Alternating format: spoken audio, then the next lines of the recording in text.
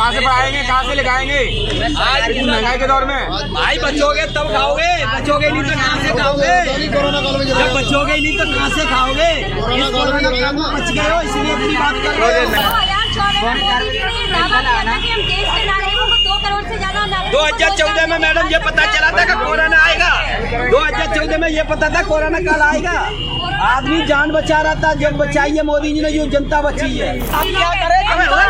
Corona काल में खाने पड़ गए। बताओ 10 रुपया ले गए, हमें चाय कितनी है तुम बताओ? चाय कितने? तुम ये चाहते हो तालिबान हिंदुस्तान पर राज्य कर ले? नहीं, हम ना चाहते हो। हम तो ना चाहते। 25-30 रुपया लीटर पेट्रोल है तो भी नहीं देश बचा पाए। मैं बता रहा हूँ महंगाई बढ़ रही है, लेकिन देश भी बच रहा है, देश भी बच रहा है। आज आदमी भी मर रहा है, मरना कोरोना काल भी मर रहा है। कोरोना काल में हाहाकार मची थी, कैसे ही बच जाए? 1 करोड़ वैक्सीन लगवा रही है जान बचाने के लिए। अगर कोई और होती नहीं तो कितने लाख लोग मरे हैं, करोड़ों की संख्या मरे हैं। चीन में अमेरिका जैसा हिल गया था, ये हिंदुस्तान है जिसमें अपने फिर तैयार हो रहा है। 5 रुपए देख लो देश क्या है, 200 रुपए रोज कमा रहा हूँ, चला रहा हूँ, बताओ मैं क्या करूँ? बच्चों को क्या खिलाऊं मैं? मोदी कोई भ्रष्टाचारी नहीं है। ये आज पेट की भूखे में मिलेगी, एक मिनट पेट की भूखे में देगी। आपको क्या होता है? भूखे मरने से तो अच्छा गोली डायरेक्ट मारती तो है, लेकिन भूखा नहीं मर रहा है, तड़पा के मारती है। जो आप रो रहे हो मानता हूँ, वही मानता देश चलाने के लिए महंगाई करनी पड़ती है, कंट्रोल होगा। ये कह रहे हैं कोई अटैक नहीं हुआ, करने की जरूरत नहीं पड़ी, इतने मरे हैं। तालिबान से भूखे मर रहे हैं, फ्री में सारी चीजें कर रहे हैं। तालिबान ने मारे जा रहे हैं। मोदी योगी जी पे भरोसा रखिए, मोदी योगी मेरे बीवी बच्चे मर जाएंगे अगर आज जब तालिबानी देश में राज्य कर लेगा तुम क्या करोगे? तालिबानी देश में राज्य कर लेगा तुम क्या करोगे? दूसरी गुलामी करोगे? तुम्हें तो गुलामी करने का वो है, पहले अंग्रेजों ने करे, अब तालिबान कर लेंगे। जब तुम्हारी दीवार मजबूत नहीं होगी, काय के लिए वो कर रहे हैं? तुम्हें जाकर तेल महंगा लग रहा है, 200 रुपए किलो तेल दे रही है, ठीक है? वो रिक्शा वाला बेचारा सुबह से शाम तक 200 रुपया किलो पैरों से रिक्शा चला रहा है। अब बताओ वो सरकार राशन जो दे रही है वो दे कहाँ से रही है? मजदूर का खून चूस रहा है ना, वो मजदूर का खून चूसा जा रहा है, नहीं चूस रहा है। जो 200 रुपए किलो तेल हो गया निकाला तो मंडी जा रहा है। नमस्कार, मैं रवीश कुमार। किसी दौर में यह बात रही होगी कि महंगाई के सभी विरोधी होते होंगे, लेकिन इस दौर में यह बात सही नहीं है। महंगाई चाहे जितनी बढ़ गई हो, लेकिन यह मानना गलत है कि सभी एक स्वर से महंगाई के विरोध में हैं। परेशान सभी हो सकते हैं, मगर विरोधी सभी नहीं हैं। यह एक बड़ा राजनीतिक परिवर्तन है। जब मैंने अपने फेसबुक पेज पर लोगों से पूछा कि पेट्रोल और डीजल के बढ़ते दामों से जो असर आया है उसका हिसाब बताइए, तो कई हजार कमेंट आए। कई लोगों ने कहा कि अब वे चुप हो गए हैं क्योंकि जिक्र करते ही दोस्त उलझ जाते हैं, महंगाई के सपोर्ट में विकास की योजनाएं गिनाने लगते हैं।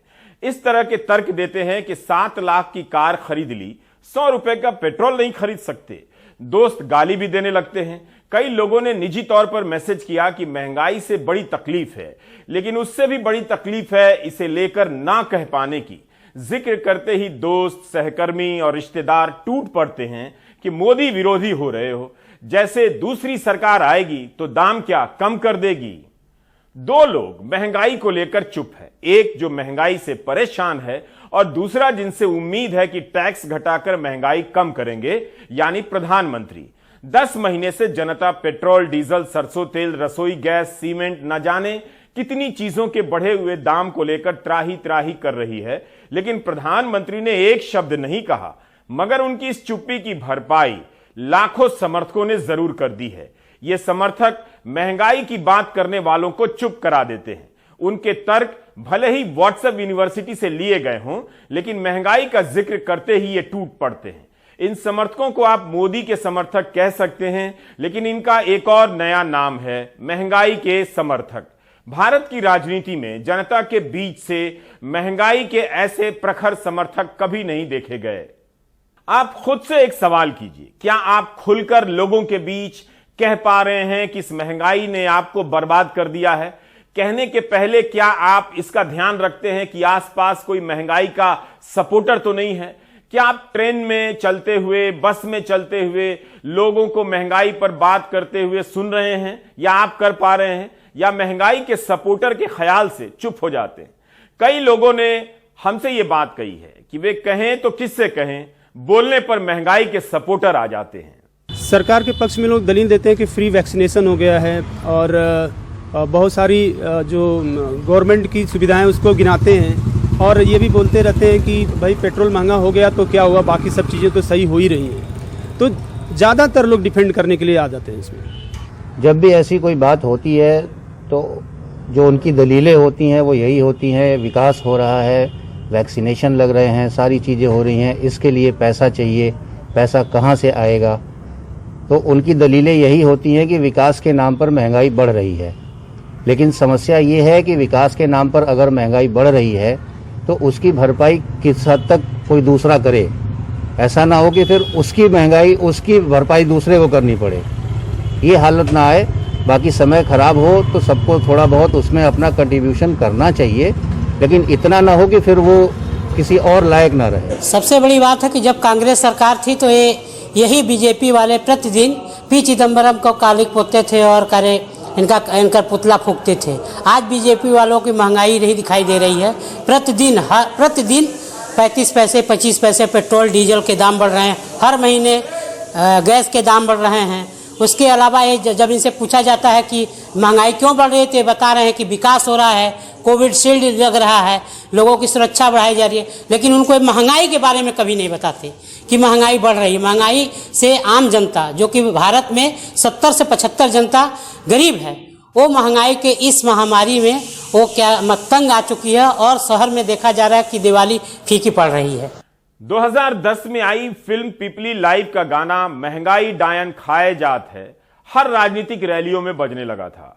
2013 में एक और फिल्म आ गई, सारे जहां से महंगा। क्या आज ऐसी फिल्म आ सकती है, बन रही है? इस फिल्म का प्रमोशन तारक मेहता का उल्टा चश्मा ने भी किया था। तारक मेहता का उल्टा चश्मा शो के 7 साल पुराने वाले एपिसोड देखिए, उसमें महंगाई के कई प्रसंग हुआ करते थे।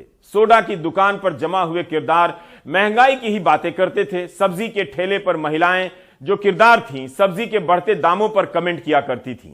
सीरियल के किरदार केंद्रीय बजट पर भी टिप्पणी करते थे और दिवाली पर 20,000 रुपए तोला सोना होने पर औरतें कोसा करती थी सीरियल में। आज सोना 49,000 50,000 तोला है। इस एक सीरियल में महंगाई के कई रेफरेंस आपको मिलेंगे। क्या अब भी इस तरह से कार्यक्रमों में ऐसे प्रसंग होते हैं, ये आप बता सकते हैं। मेरे फेसबुक पेज पर कई लोगों ने बताया कि उनकी कमाई घटी है और खर्चा 40% बढ़ा है। पूरा हिसाब है कि महीने का पेट्रोल 1500 लगता था, अब 2800 लगता है।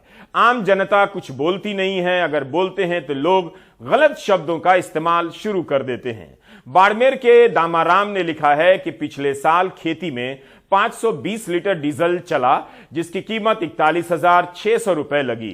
वहीं इस साल 520 लीटर डीजल 54,600 रुपए का आया, लेकिन फसल के दाम वही हैं। गिरीश सोनार्थी का यह कमेंट सोमवार को हुई 266 रुपए की वृद्धि से पहले का है। इन्होंने लिखा है कि रेस्टोरेंट गैस पहले 900 से 1100 हो गया, अब 1700। एक महीने में लगभग 12 से 15 सिलेंडर पर अब एक्स्ट्रा 9,000 से ज्यादा का खर्च हो गया है। फिर तेल लगभग 12-15 टीन ऑयल पहले 1300 और अब 2400 का हो गया है। इस पर अतिरिक्त खर्चा 14,700 का आ गया। पेट्रोल पर लगभग 4-5 हजार एक्स्ट्रा हो रहा है। इस महीने प्रॉफिट 0 पर आ गई है। मंगलातो प्रजापति ने लिखा है कि सर जी, मैं एक मैकेनिक हूं और अपनी दुकान से 8 किलोमीटर दूर रहता हूं। पहले 200 रुपए के तेल में एक हफ्ता चल जाता था, आज लगभग 350 रुपया बैठता है। रही बात महंगाई की, तो मार्च 2021 से आज की तारीख तक ऑटो पार्ट्स के रेट में 34% की बढ़ोतरी हो चुकी है। इसका सीधा असर आम उपभोक्ताओं पर पड़ता है, जिससे जीवन की गाड़ी खींचना मुश्किल हो रहा है। पहले मैं अपने बच्चे को प्राइवेट स्कूल में पढ़ाया करता था, जो कि अब बजट इतना रहा नहीं, अतः नाम कटाकर सरकारी स्कूल में डालना पड़ा। और यह मेरी नहीं, लगभग 80% भारतीयों की यही दशा है। मुंह से बोले ना बोले पर फर्क तो पड़ता है। प्रजापति ने एक बात कही कि मुंह से बोले ना बोले फर्क तो पड़ता है।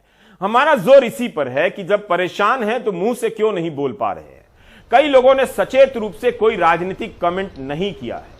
महंगाई को लेकर गुस्सा तो है, हो सकता है, लेकिन गुस्सा किससे है यह लिखने से लोग बच रहे हैं। मेरे फेसबुक पेज पर महंगाई की बात करने वाले हर ऐसे कमेंट करने वालों पर महंगाई के सपोर्टर टूट पड़ते हैं। फिर भी सोशल मीडिया से बाहर की जनता इस परेशानी को बयां तो कर रही है, लेकिन सावधानी के साथ, नाम नहीं ले रही है उनका। अजय ने वाराणसी में कुछ लोगों से पूछा कि क्या उनकी आमदनी भी बढ़ी है, क्योंकि मध्य प्रदेश के मंत्री कह रहे हैं आमदनी भी तो बढ़ गई है लोगों की। बिल्कुल नहीं भैया, आमदनी है ही नहीं।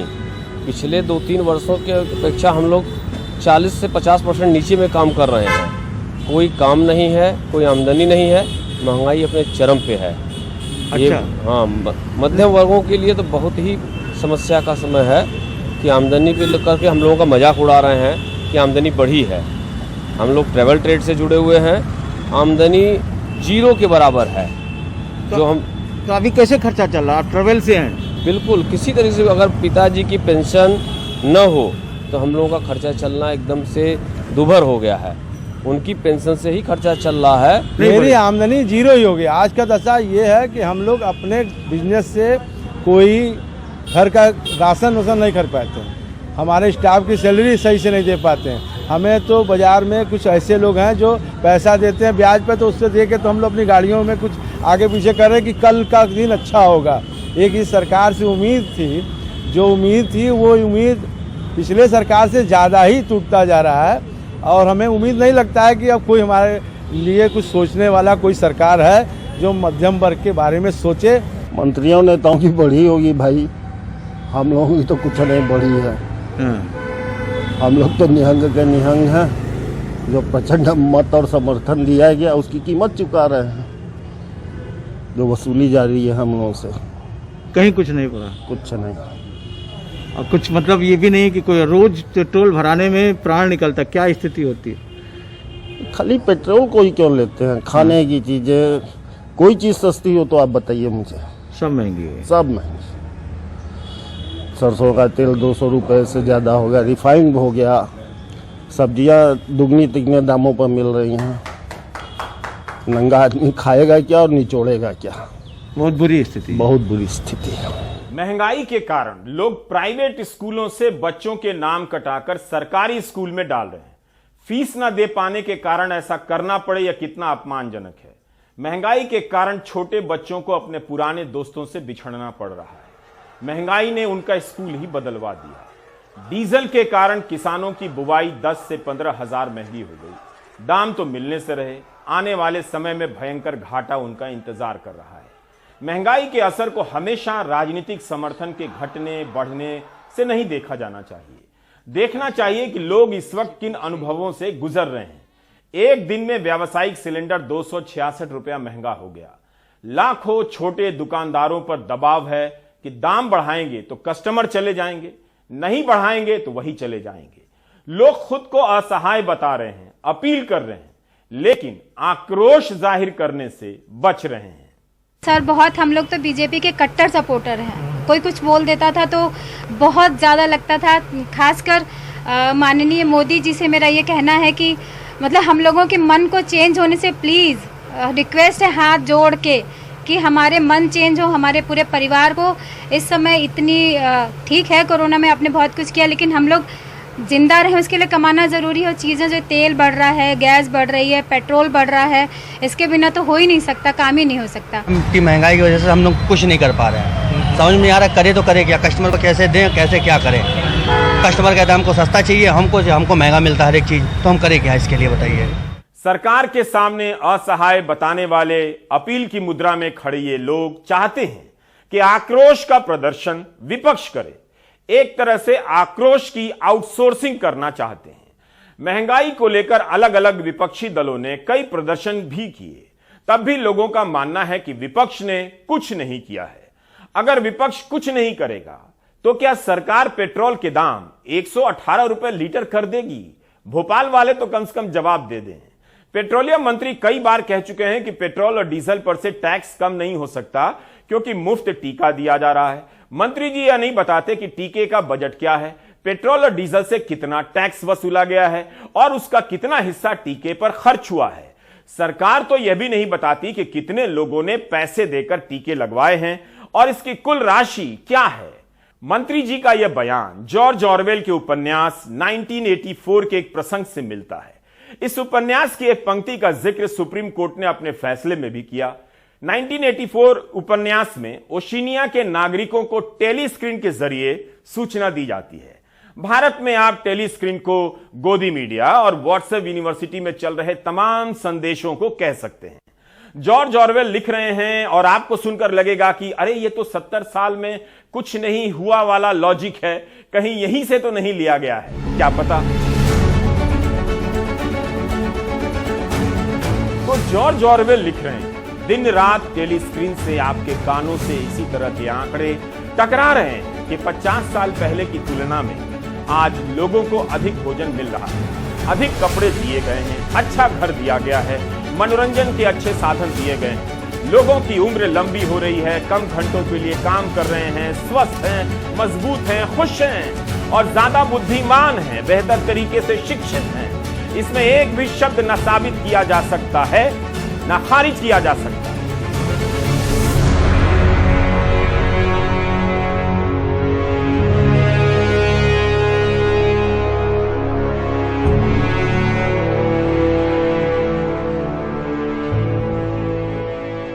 इस तरह के आंकड़ों से पब्लिक स्पेस को भर दिया गया है। इनके बीच पेट्रोल और डीजल से त्रस्त जनता की आवाज दब सी गई है। दाम बढ़ने के समर्थन में अजीब अजीब तर्क दिए जा रहे हैं। महंगाई के सपोर्टर चलते फिरते टेलीस्क्रीन बन गए हैं। वे कुछ बड़बड़ाते हैं कि मुफ्त अनाज मिल रहा है, मुफ्त टीका मिल रहा है, मुफ्त बीमा मिल रहा है, वगैरह वगैरह। इसी देश में करोड़ों लोगों को पोलियो का टीका मुफ्त मिला। सबको लगने वाले टीके मुफ्त ही लगते हैं। 2018 की एक खबर है टेलीग्राफ की। मूर्ति पर 3000 करोड़ खर्च करने वाली सरकार पोलियो के टीकाकरण के लिए अंतर्राष्ट्रीय दानदाताओं से 100 करोड़ मांगेगी। मीडिया रिपोर्ट है कि भारत मनीला स्थित एशियन डेवलपमेंट बैंक और बीजिंग स्थित AIIB से करीब 14,000 करोड़ का ऋण लेने जा रहा है। सरकार टीका के लिए लोन भी ले रही है। टीका के नाम पर पेट्रोल डीजल पर आपसे टैक्स भी ले रही है। इससे अच्छा होता सभी पैसे देकर ही टीका लगा लेते। सरकार यह भी नहीं बताती कि कितने लोगों ने पैसे देकर टीका लगवाया। हम जैसों ने पैसे दिए हैं मगर गिनती में है ही नहीं। इस लोन की क्यों जरूरत पड़ी? यह सवाल इसलिए पूछ रहा हूं क्योंकि मॉनसून सत्र में पेट्रोलियम राज्य मंत्री रामेश्वर तेली ने संसद में बताया है कि 2019-20 में पेट्रोल और डीजल से टैक्स के रूप में 1,78,000 करोड़ रुपया आया। 2020-21 में 3,35,000 करोड़ हो गया। एक साल में 88% की वृद्धि होती है। फिर भी सरकार टीके के लिए लोन ले रही है। महामारी से पहले 2018-19 में उत्पाद शुल्क से 2,03,000 करोड़ जमा हुए। इंडियन एक्सप्रेस ने आज संपादकीय में लिखा है कि 2 साल में पेट्रोल और डीजल से ज्यादातर जमा होने वाला उत्पाद शुल्क उसमें 79% की वृद्धि हुई है। इस साल अप्रैल से लेकर सितंबर के बीच 1,71,684 करोड़ जमा हुए हैं। 2 साल पहले इसी अप्रैल से लेकर सितंबर के बीच पेट्रोल और डीजल से 95,930 करोड़ उत्पाद शुल्क के रूप में जमा हुआ। 2018 की तुलना में 2020 में हवाई जहाज के ईंधन से जमा होने वाला उत्पाद शुल्क घट गया। 2540 करोड़ से घटकर 779 करोड़ हो गया। अगर आप महंगाई से ज्यादा महंगाई के सपोर्टर से परेशान हैं, कोई बात नहीं। जब भी महंगाई के सपोर्टर चुप कराने आए तो बस इतना याद कीजिए कि क्या कभी आप उनके साथ अन्य मुद्दों पर दूसरों को चुप कराया करते थे? अगर इसका जवाब हां में है तो महंगाई के सपोर्टरों का फूलों की माला पहनाकर स्वागत कीजिए, क्योंकि वो आपके ही जैसे हैं। सरकार का भी महंगाई के इन सपोर्टरों का सम्मान करना चाहिए। ये अगर नहीं होते तो विपक्ष से पहले जनता आज सड़क पर होती। इस महंगाई ने गरीबी पैदा की है तो क्या हुआ? इसने महंगाई का सपोर्टर भी पैदा किया है। दोनों चीजें हुई हैं। पॉजिटिव देखिए, लोकतंत्र ऐसे ही बर्बाद नहीं होता है, बहुत मेहनत लगती है। आप ब्रेक ले लीजिए।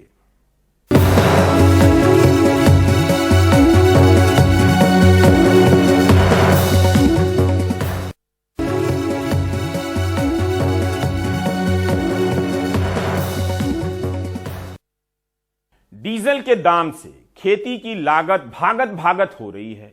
यह तय है कि इस बार उसकी लागत नहीं निकलेगी। किसानों की इस परेशानी में डीएपी खाद भी जुड़ गया है। रवीश रंजन की इस रिपोर्ट को ना तो मिडिल क्लास देखने वाला है ना किसान। रही बात सरकार की, तो वो देख ही रही है कि कोई भी नहीं देख रहा है। ये मंगलवार को झांसी के मऊरानीपुर की तस्वीर है। डीएपी खाद लेने के लिए किसान सुबह से ही सहकारी समिति के बाहर लाइन में लग जाते हैं। इंतजार घंटों करना है, लिहाजा लंबी कतार में किसान एक तरफ बैठे हैं और महिलाएं दूसरी तरफ। बीते 15 दिन से ऐसे ही हालात हैं। यहाँ पे लगभग 15 दिन से डीएपी खाद को लेकर हाहाकार मचा हुआ है। किसानों के खेत सूख रहे हैं और यहाँ पर आज जो हम सुबह 9 बजे यहाँ खड़े हैं, यहाँ पे लगभग 2-3 हजार किसानों की लाइन लगी। किसानों के खेत सूख रहे हैं, किसानों को खाद मिल नहीं रही है। लेकिन दिल्ली के उर्वरक मंत्रालय के मुताबिक डीएपी खाद की देश भर में कोई कमी नहीं है। मंत्रालय के आंकड़ों के मुताबिक नवंबर में डीएपी खाद की खपत का अनुमान 17 लाख टन था। उसके मुकाबले उत्पादन 18 लाख टन हुआ। वहीं एनपीके खाद की अनुमानित डिमांड 15 लाख टन थी, जबकि उत्पादन 30 लाख टन हुआ। मेरी सभी किसान भाइयों को प्रार्थना है कि सरकार ने नवंबर महीने में जरूरियात से अधिक खाद उपलब्ध कराने का प्रबंध किया है। इसलिए खाद नहीं मिलेगी ऐसी अफवाह में न आके खाद का संग्रह न करें। कई राज्यों की ओर से मुझे सूचना मिली है, कालाबाजारी कई लोग कर रहे हैं। मैंने सभी राज्यों को निर्देश दिया है कि कालाबाजारी करने वाले लोगों के सामने कड़क से कड़क कार्यवाही करें। लेकिन मंत्री जी के बयान से एक अलग आंकड़ा ये भी है कि विश्व बाजार में खाद के दाम लगातार बढ़ने के चलते कंपनियों ने खाद की खरीद कम की है। इस साल 30 सितंबर तक जहां डीएपी खाद का भंडारण 20 लाख टन था, वहीं पिछले साल 50 लाख टन रहा था। इस साल 30 अक्टूबर तक डीएपी खाद का भंडारण जहां करीब 14 लाख टन था, वहीं पिछले साल अक्टूबर में इससे कहीं ज्यादा करीब 44 लाख टन था। हालांकि अब सरकार लगातार डीएपी की जगह किसानों से एनपीके और एसएस खाद का प्रयोग करने को भी बोल रही है। लेकिन मटर, सरसों, आलू, गेहूं जैसी फसलों पर जब किसानों की लागत लगातार बढ़ रही हो, तो ऐसे वक्त डीएपी खाद को छोड़कर वो दूसरी खाद पर इतनी जल्दी कैसे भरोसा कर सकता है। हमारे मंत्री और अधिकारी को शायद अपने डेटा पर ज्यादा और किसानों की शिकायत पर कम भरोसा है। इसी के चलते उर्वरक मंत्री बीते कई दिनों से एक ही बात कह रहे हैं कि इस देश में डीएपी खाद की कोई कमी नहीं है, और इसके पीछे वो कुछ डेटा भी दिखाते हैं। लेकिन जब उनसे पिछले साल के मुकाबले इस साल डीएपी खाद का भंडारण कम क्यों है, इस पर सवाल किया जाता है, तो वो चुप्पी साध जाते हैं। दिल्ली से रवीश रंजन शुक्ला, एनडीटीवी इंडिया। क्या हिमाचल में सेब उगाने वाले किसानों ने बीजेपी को हरा दिया, तो कर्नाटक में एक मराठा उम्मीदवार लिंगायत बहुल इलाके से कैसे जीत गया? बिहार में फिर क्या हुआ? उपचुनावों का विश्लेषण जरूरी है ताकि राजनीतिक परिवर्तन के भ्रम को सब अपने अपने हिसाब से स्वीकार कर सकें और 120 रुपए लीटर पेट्रोल खरीदने के लिए खुद को तैयार कर सकें। हिमाचल प्रदेश के सर्द होते मौसम को उपचुनावों के नतीजों ने गरमा दिया है। राज्य में सत्तारूढ़ बीजेपी चारों उपचुनाव हार गई है। फतेहपुर, अर्की और जुब्बल कोटखाई विधानसभा उपचुनाव तो बीजेपी हारी ही, पूरा जोर लगाने के बावजूद मंडी लोकसभा सीट भी हार गई। कांग्रेस नेता और पूर्व मुख्यमंत्री वीरभद्र सिंह की इस परंपरागत सीट से उनकी पत्नी प्रतिभा सिंह ने जीत हासिल की। जो पिछले कांग्रेस की सरकार ने काम किया है, उसी के आधार पर लोगों ने वोट दिया। जहां तक विपक्ष की बात है, आज आप देख रहे हैं नरेंद्र मोदी जी ने बहुत से आश्वासन पिछले चुनाव में दिए थे हमारे नौजवान युवाओं को कि मैं 2 करोड़ बच्चों को 1 साल में जॉब दूंगा। तो 7 साल हो चुके, कोई ऐसा जॉब की उपलब्धि उनको नहीं हुई है। और उसी तरह से जो महंगाई दिन प्रतिदिन बढ़ रही थी, इसका रोष भी लोगों में था और लोगों ने इन सब बातों को ध्यान में रखते हुए अपना जनादेश दिया। उधर बिहार की 2 विधानसभा सीटों पर नीतीश के वजूद को चुनौती थी, तो आरजेडी को अपनी वापसी की उम्मीद जेल से रिहा होने के बाद लालू यादव पहली बार चुनाव प्रचार कर रहे थे। कुशेश्वर स्थान और तारापुर सीट पर उनकी पार्टी आरजेडी ने पूरा जोर लगा दिया, लेकिन जीत जेडीयू को मिली। ये आप जान लीजिए, जो प्रतिपक्ष हैं उनके पास कोई मुद्दा नहीं है। मुद्दा कोई है नहीं, मुद्दा भी नहीं। हर मुद्दे को हम लोगों ने एक मजबूत विपक्ष होने के नाते हम लोगों ने चुनाव में लेकर के गए। ऐसा मुकाबला किया कि जो मंत्री सत्ता में बैठे हैं उनको भी जो है डोर टू डोर मंत्रियों को कैंप करके डोर टू डोर उन लोगों ने कैंप किया। और हमारे पास तो खोने के लिए कुछ नहीं था। पश्चिम बंगाल में चुनाव के नतीजे उम्मीद के मुताबिक ही रहे। सत्तारूढ़ तृणमूल कांग्रेस ने दिनहाटा, गोसाबा, खरदा और शांतिपुर विधानसभा उपचुनावों में भारी मतों से विरोधी दलों को धूल चटा दी। ये जीत वाज एक्सपेक्टेड। हम अच्छा से चुनाव लड़े, अच्छा से जीते, और बीजेपी जितना पीछे जाएगा वो लोकतंत्र के लिए भला होगा। पेट्रोल डीजल का इफेक्ट पड़ा है इलेक्शन? जरूर। लोग बहुत नाराज हैं बीजेपी पर, मोदी पर, उनको सरकार पर। इसी का प्रभाव दिखाई देता है। बीजेपी के लिए राहत भरी खबर मध्य प्रदेश और असम से आई। मध्य प्रदेश में बीजेपी ने 4 में से 3 सीटों पर जीत हासिल की और 1 सीट कांग्रेस के खाते में गई। केंद्र सरकार ने, आदरणीय मोदी जी ने जो विकास के काम किए, उनको लोगों का आशीर्वाद उन कामों को मिल रहा है।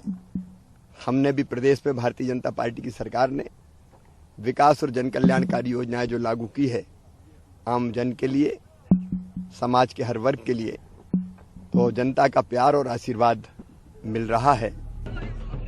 उधर असम की 5 विधानसभा सीटों में से 3 पर बीजेपी और 2 पर उसके सहयोगी दल यूपीपीएल ने जीत हासिल की। राजस्थान में सत्तारूढ़ कांग्रेस ने दोनों सीटों पर जीत हासिल कर ली। हरियाणा की एलनाबाद सीट से जीते अभय चौटाला ने एनडीटीवी से कहा कि विपक्ष को साथ आना होगा और उनकी जीत किसानों की जीत है।